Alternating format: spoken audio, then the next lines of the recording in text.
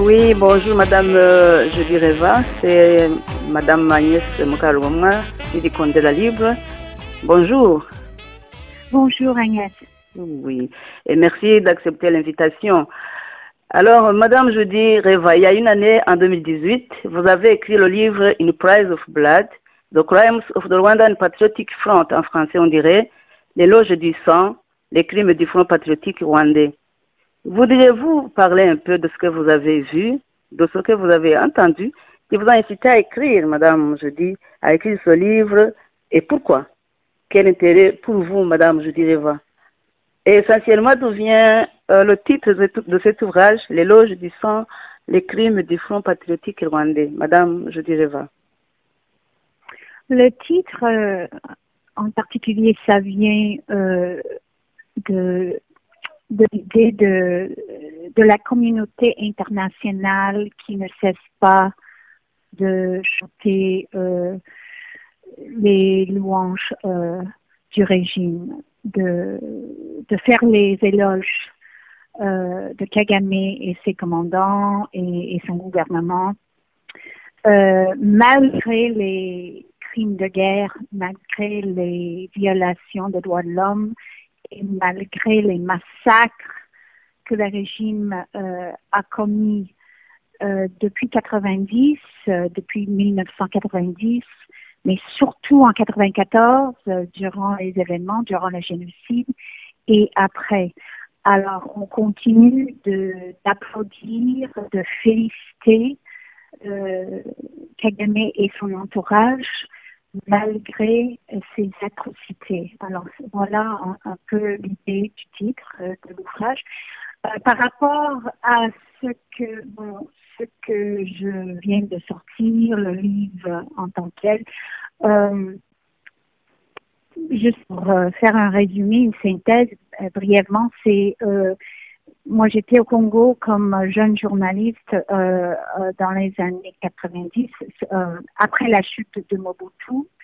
J'ai vu directement, parce que j'ai couvert la crise humanitaire au Congo en 97. J'ai interviewé les réfugiés Hutus dans la forêt congolaise.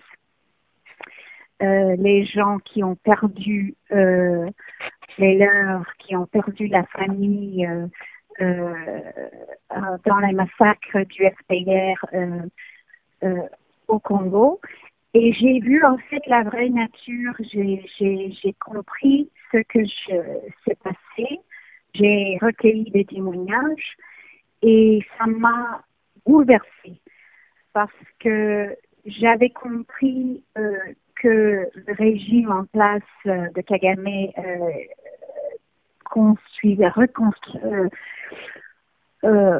était en train de reconstruire le Rwanda et c'était un gouvernement, c'était les vainqueurs qui ont stoppé le génocide et qui voulaient construire une meilleure communauté et promouvoir le développement en Afrique centrale, et c'était pas du tout le cas. Et c'était après avoir parlé avec beaucoup de Rwandais au Congo que j'ai compris que l'histoire que j'avais entendue, que j'avais crue, n'avait pas de sens. Alors, c'était à ce moment-là que j'ai appris avec plusieurs des gens qui étaient au Congo et les gens que j'ai interviewés au Rwanda, après, dans les camps de transit, que l'FPR avait massacré en 1994 au Rwanda. Et ça m'a beaucoup déstabilisée, et au fur et à mesure des années, je voulais comprendre la dynamique de la violence. Je voulais comprendre à quel point Kagame et ses troupes ont tué, si c'était systématique ou non. Et c'était vraiment un grand projet pour moi. Alors, le livre est le fruit de ce projet. Merci, Madame Julie. Vous dites que vous avez été au Congo. Et vous avez vu, observé ou entendu les massacres commis par le Front patriotique rwandais. Qu'est-ce qui vous a le plus choqué, Madame Judy? Au Congo? Au Congo ou même là, ou même au Rwanda, quand les massacres que vous avez vus, comment vous avez, qu'est-ce qui vous a choqué dans tout ça? Ben, presque tout, mais en fait, les pires, c'est les désinformations, mais c'est la violence qui était tellement sauvage, surtout ce que j'ai appris des événements au Rwanda. Par exemple, la violence à Giti, qui me paraissait tellement inimaginable. À Giti, au mois d'avril et mai, oui. En 94, les troupes, surtout les escadrons de morts de Kagame, sont entrés dans cette zone de Giti, dans le nord du Rwanda, et il n'y avait pas du tout des éléments de milice, Hutu, etc. Les experts avaient été déjà partis, n'étaient pas là. Il n'y avait que des civils, des Rwandais, beaucoup de familles mixtes, Tutsi et Hutu. Et c'était un endroit où il n'y avait pas de violence, mais le FPR est entré assez tôt en avril et ont massacré d'une manière tellement sauvage. Et ils ont pris systématiquement, ils ont ciblé les leaders de la communauté Hutu, les avocats, les juges, les hommes d'affaires, des femmes Hutu, des enseignants. Et ils ont pourchassé ces gens et ensuite ils sont allés tuer des civils, des paysans. Mais en fait, bon, ce sont des témoignages surtout, pas seulement des ex-membres du FPR, mais aussi des rescapés Hutus dans cette zone et des rescapés des familles mixtes. Mais c'est la manière qu'ils ont tué.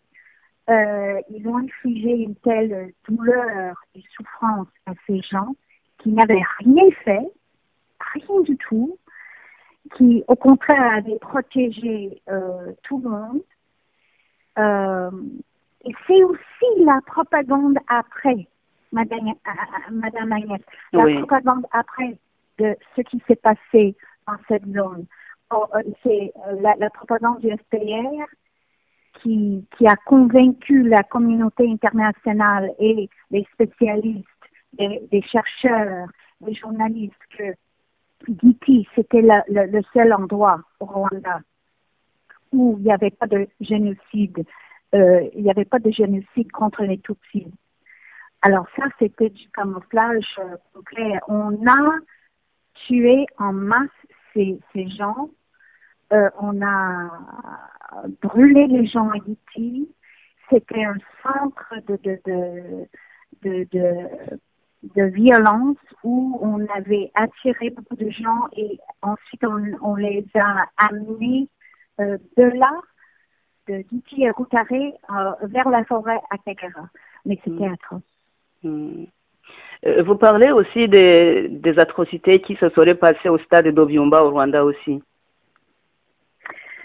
Oui, ça c'était autour du 22 avril environ, entre le 22 et le 25. J'ai pas mal de témoins oculaires de ce massacre.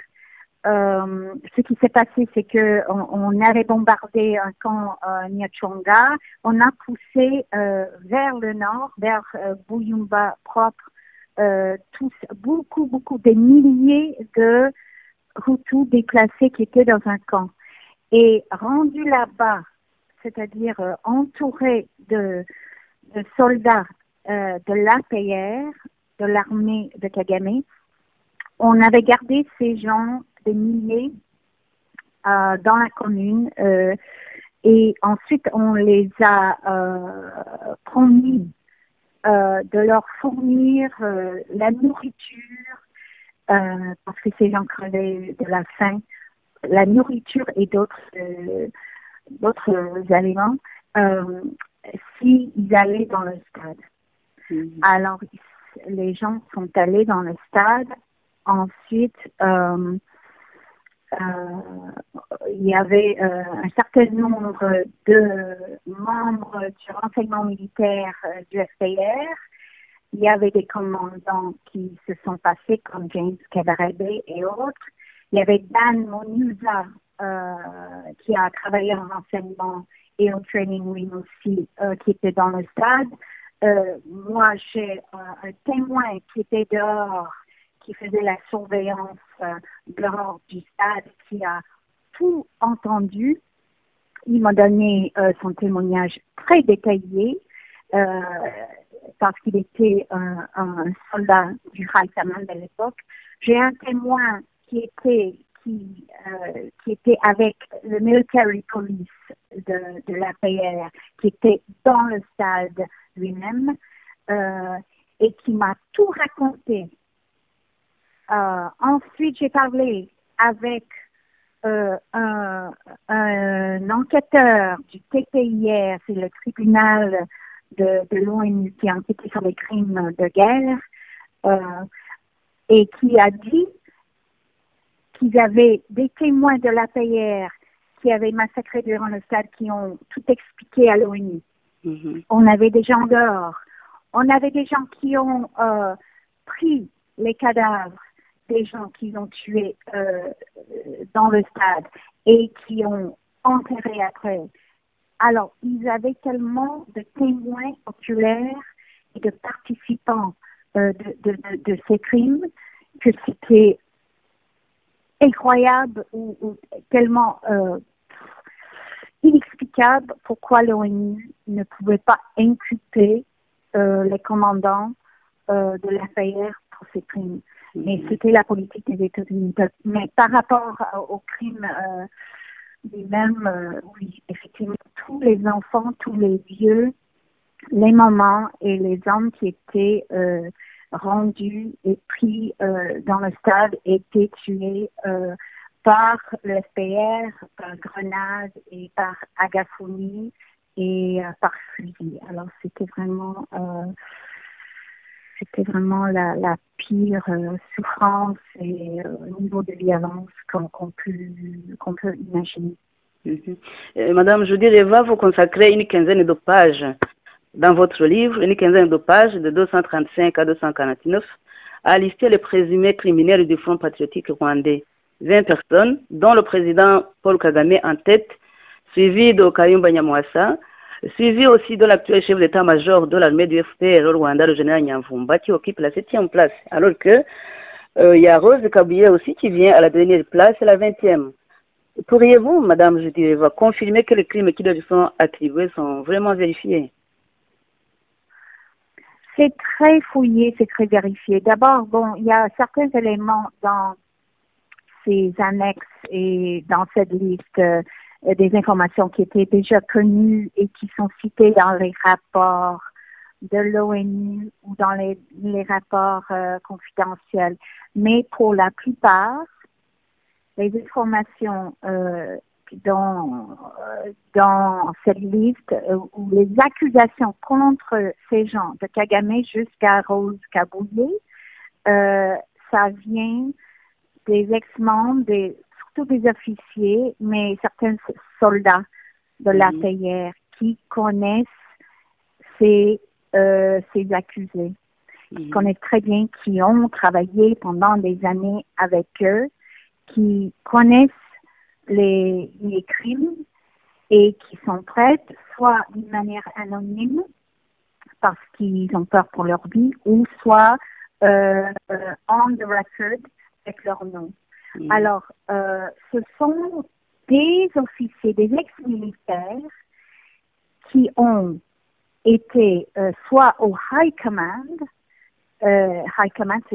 c'était rempli des escortes de Kagame, et qui était souvent utilisé pour des opérations spéciales durant le génocide et après.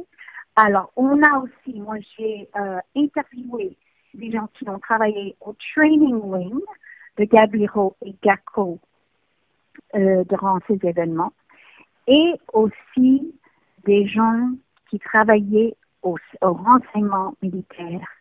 Alors, le renseignement militaire, DMI, Directorate of Military Intelligence, c'est le noyau, c'est le cerveau du FPR, de l'organisme FPR. C'est-à-dire les idées et les plans, le complot, les crimes et la politique viennent directement du cerveau de DMI. Alors, j'ai interviewé pas mal de choses. Vous savez que devant un cours, soit militaire ou international, on accumule, on a des preuves à base des témoignages qui corroborent ou qui coïncident. Et c'est l'accumulation de ces témoignages qui éventuellement, qui montre si, au-delà de tout, et qui montre si une personne est coupable ou non. Mais on a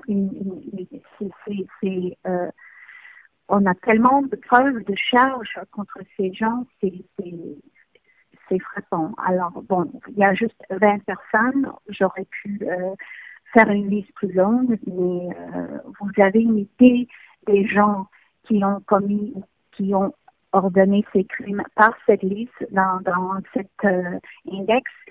Et pour moi, c'était très important. C'est la dernière chose que je peux dire. C'est très important de donner, de montrer que la violence du FPR, c'est pas abstrait. La violence était ordonnée et était commise par des êtres humains qui sont pour la plupart toujours là au pouvoir. Alors les gens veulent savoir qui a fait ça. Et c'est pourquoi je nomme les gens qui sont responsables. Oui, merci Madame Judureva. À la page 177 aussi de votre livre, vous évoquez l'assassinat du président Habyarimana. Voici maintenant 25 ans. Quelle est votre conviction et quelle a été votre réaction quand vous avez appris que la justice française a conclu un non-lieu en rapport avec les responsables des attentats qualifiés par plus d'un de déclencheurs du génocide de 1994? Bon, j'étais déçue de la décision du procureur et du juge Arbault, mais je m'attendais un peu on allait entendre un non-lieu dans cette affaire parce que ça devient en France, ça devient une question de plus en plus au fur et à mesure des années, une question politique. On voit en France des dirigeants, Macron et d'autres, qui veulent renouer, qui veulent rétablir des relations diplomatiques avec Kagame pour des raisons géopolitiques. Et je vois une intervention, une interférence dans le système judiciaire, malheureusement. Je dis ça, c'est une accusation assez grave, mais je dis ça parce que les preuves les plus convaincantes et pertinentes indiquent que Paul Kagame et ses collègues étaient responsables de l'attentat. C'est pour répondre à votre question. Je dis ça parce que les conclusions de l'enquête du juge français Jean-Luc Bruguière en 2006 et les témoignages dans un rapport confidentiel de l'ONU daté de 2003 que j'ai emmené concordent de manière frappante. Je n'exclus pas, je n'émets pas les conclusions de notre rapport d'expertise balistique et acoustique de Marc Trevich plus tard. Oui. Mais ces conclusions techniques étaient contestées de toute façon. Les preuves les plus convaincantes et probantes ont montré que Kagame et ses proches ont eu une série de réunions pour planifier l'attaque contre Habyarimana. Ils ont formé une équipe de commandos, de tireurs de missiles, et ces missiles étaient d'origine soviétique et qui venaient de leur allié, l'Ouganda. Ensuite, les témoins ont nommé des individus qui ont transporté ces missiles à un endroit à Kigali, Masaka, et ils ont tiré des missiles. Et le deuxième a touché. Alors, vous avez tout ça qui concorde par des témoins de l'ONU et qui concorde avec les témoignages qui ont été révélés dans le rapport de l'hier en 2006. Malgré ça, on a conclu qu'il n'y a pas assez de charges suffisantes pour mener cette enquête à un procès. C'est assez frappant. Mais je vais vous dire qu'en France, on essaie de délégitimer toute personne qui essaie d'éclaircir des faits historiques. Et vous avez en France un système, tout un groupe de lobbyistes qui sont assez forts. Alors voilà, c'est tout ce que je peux dire, mais oui, c'est pas un secret. Et récemment, pas récemment, mais depuis un certain temps, les gens qui ont travaillé à l'ONU, au niveau du bureau du procureur, pas pour la défense, mais au bureau du procureur, qui m'ont avoué que tout le monde connaît et tout le monde sait que Kagame est responsable d'avoir tué Habyarimana et il a commis l'acte qui a déclenché le génocide. C'est pas un secret. Et à lire votre livre, Madame Judy Reva, vous semblez confirmer qu'il y a eu un génocide des Tutsis et un génocide des Hutus. Vous n'avez pas peur d'être taxée de négationniste, Madame Judy? Non, en fait, je suis quand même des fois je suis gênée par des accusations comme ça, mais je ne suis pas négationniste. C'est très clair dans mon livre. Je reconnais partout dans le livre le génocide contre les Tutsis. C'est un fait historique. Je ne peux pas le nier. Mais je le dis franchement, à haute voix, et je montre les preuves pour faire des conclusions que le FPR avait commis un génocide contre les Hutus. C'est très clair pour moi. Ils ont fait ça surtout en 1994 et après aussi. Et je le dis, et c'est très, très important, que le FPR a augmenté, a amplifié le génocide contre les Tutsis. Et on sait que c'est vrai. Les Rwandais savent que c'est vrai. Ils ont fait ça par ils ont utilisé leur propre commando pour infiltrer les milices Hutus. Et ces commandos du FPR ont participé directement au barrage et dans les autres endroits à tuer les Tutsis. Alors, on peut m'accuser de tout. On peut me dire que je suis révisionniste, mais ce sont des faits. Et tout le monde qui a des connaissances savent bien que j'ai raison. Alors bon, de toute façon, ce sont souvent des tactiques, vous savez, du FPR,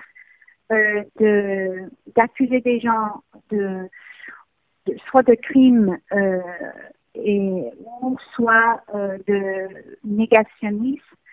C'est pour distraire. Et ce sont souvent des accusations miroirs. Mais ça n'empêche que c'est la réalité. Je vais juste vous dire une chose. Oui. Hier, j'étais en train de parler avec un ex-soldat du FPR en qui j'ai énormément de confiance et pour qui j'ai beaucoup de respect.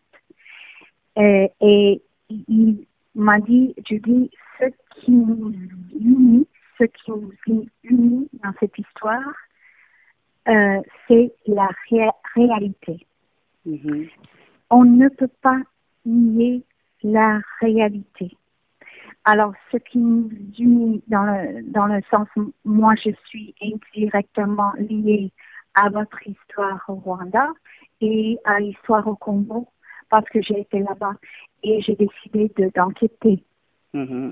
Alors, il y a des Congolais et des Rwandais qui sont unis et moi, je fais partie aussi de leur histoire dans le sens que on est là pour dire la réalité. On peut mentir continuellement, on peut continuer à dire la propagande, de Kigali surtout, mais on ne peut pas nier la réalité des choses. Merci, Madame Judy. On va peut-être essayer de conclure notre entretien, mais nous sommes quand même curieux de savoir ce qui s'est passé il y a peu de temps dans la ville de Texas. Nous avons appris que des gens apparemment pro-FPR ont essayé de boycotter votre conférence. Que s'est-il réellement passé et quelles en sont, à votre avis, les raisons de ce boycott? Bon, j'ai été invitée par une école à Fort Worth, au Texas, pour expliquer ma recherche, pour parler de mon livre. Et en même temps, la personne qui a organisé la conférence, une jeune Rwandaise américaine qui s'appelle Alice Mouhindura, qui avait beaucoup de bonne volonté, avait invité des Rwandais qui allaient donner leur témoignage, ce qu'ils ont vécu au Rwanda, surtout durant le génocide, mais après aussi.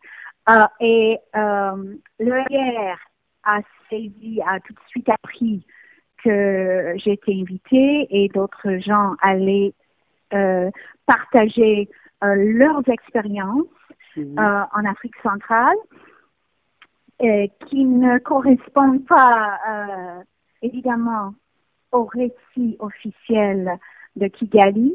Alors, Kigali était vachement déstabilisé et ils ont commencé une campagne contre moi. Ils sont allés vers le conseil d'administration de l'école, ils se sont plaints, ils sont allés à la chancellerie de l'école pour dire que je suis négationniste, etc. Je suis un danger, je suis une menteuse, etc. Et on a failli annuler la conférence, l'événement. Après ça, il y avait des professeurs de cette jeune femme étudiante, Alice, qui ils étaient choqués. Alors, ils ont essayé de régler ça. Après quelques jours, on a décidé de maintenir l'événement.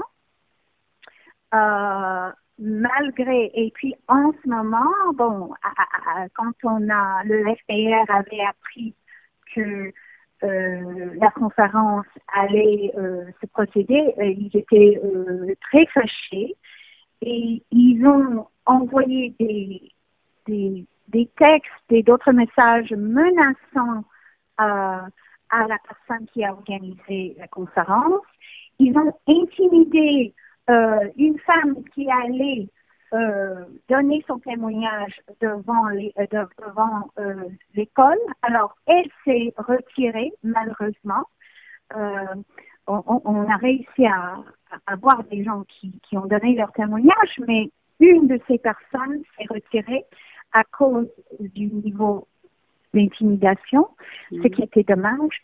Mais pour vous dire qu'il y avait un tel climat d'intimidation et de menace avant et surtout au jour même de l'événement. Il y avait 9 policiers sur place, présermés à l'entrée, au long du mur et puis vers la scène où j'ai donné mon discours.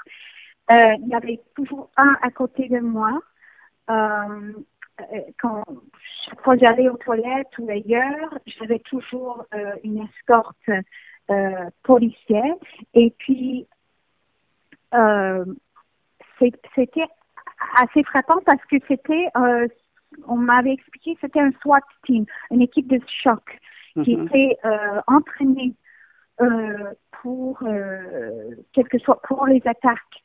Alors, vous imaginez à quel point le FPR veut empêcher les gens à parler ou m'empêcher de dire ce que j'ai trouvé ou ce que j'ai enquêté depuis 20 ans. Alors, pour moi, ça montre à quel point ce régime est déstabilisé et menacé lui-même. Mais donc, la conférence a eu lieu. Oui, oui, ça a eu lieu, heureusement. Alors, les gens ont résisté et surtout la femme qui a organisé, j'étais très fière d'elle. Elle était vachement courageuse, mais avec beaucoup de tension. Il y avait des intérêts ou bien des enfants des intérêts, des cadres civils du FPA qui étaient là avec leurs t-shirts qui m'accusaient d'avoir minimisé ou nié le génocide. Et ils étaient là avec leur regard menaçant. Mais il faut dire que je félicite l'école parce que c'était bien organisé. On a permis aux gens d'écrire leurs questions sur des petites cartes. Alors, on a vraiment géré le problème avec une organisation impressionnante. Mais ça montre à quel point c'est difficile. Alors, mais cette fois-ci, c'est Kagame et ces gens, ces représentants qui manifestent. Je me suis dit, pendant 20 ans, 25 ans, c'est souvent hors du Rwanda, on voit les manifestations contre le régime. Mais on voit maintenant, le régime commence à manifester. Alors, ils sont plutôt dans la marche. Et comment vous avez pu quitter l'endroit pour retourner chez vous? J'ai quitté l'endroit après avoir remercié quelques gens. J'ai salué certaines personnes. C'est la police qui m'a pris derrière la scène et puis derrière l'école, par une porte, je suis sortie avec eux, avec toute la sécurité. Je suis montée dans une voiture policière. On m'a amenée à mon hôtel et puis ensuite on a monté dans ma chambre d'hôtel pour surveiller, pour voir si tout était en sécurité. Alors, et ensuite, on m'a donné un numéro de téléphone d'urgence, etc. Alors, c'était quand même frappant. Je ne peux pas vous dire s'ils ont eu des informations ou des menaces avant, mais ils ont pris ça vraiment au sérieux. Et vous pensez que ces personnes-là, il y aura des mesures pour eux, donc ils seront poursuivis ou quoi? Des personnes qui étaient là, bon, oui. Je ne sais pas, je peux pas vous dire, mais je crois que c'était plutôt un climat d'intimidation et surtout, on sait comment les ambassades rwandaises fonctionnent dans l'Occident, surtout en Afrique, mais en Amérique du Nord et en Europe aussi. On sait que les ambassades rwandaises sont des centres de criminalité et où les gens complotent et organisent des crimes, etc. Alors, ces gens-là, il faut dire, ils sont pas mal surveillés.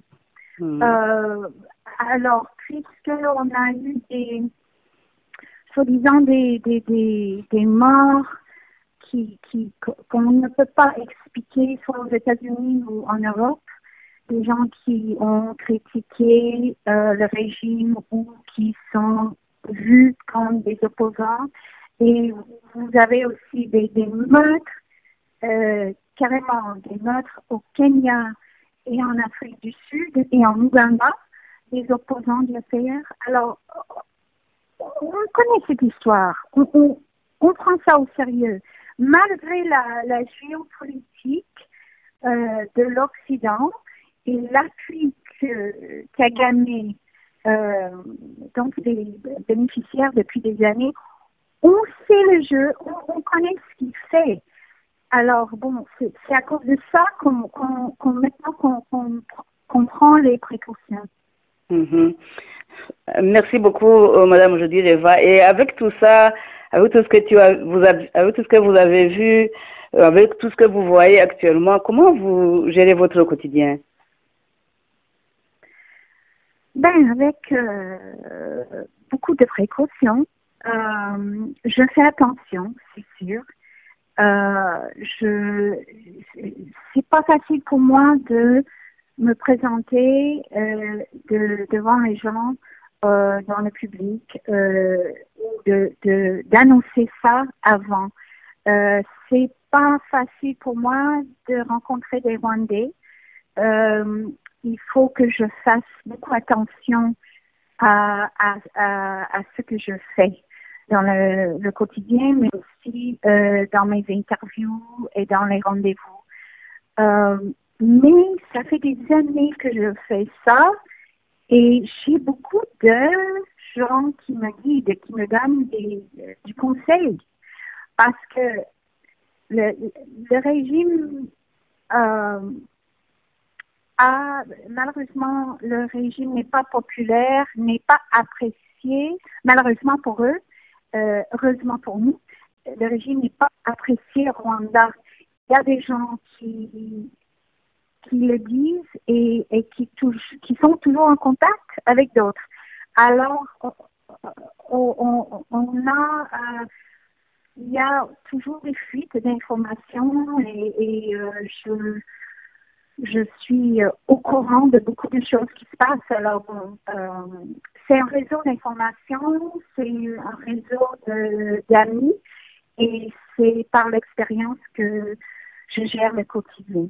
Je vous remercie beaucoup, Madame Jody Reva, et je vous souhaite beaucoup de courage et plein succès dans vos futures recherches. Merci beaucoup. Au revoir. Merci beaucoup.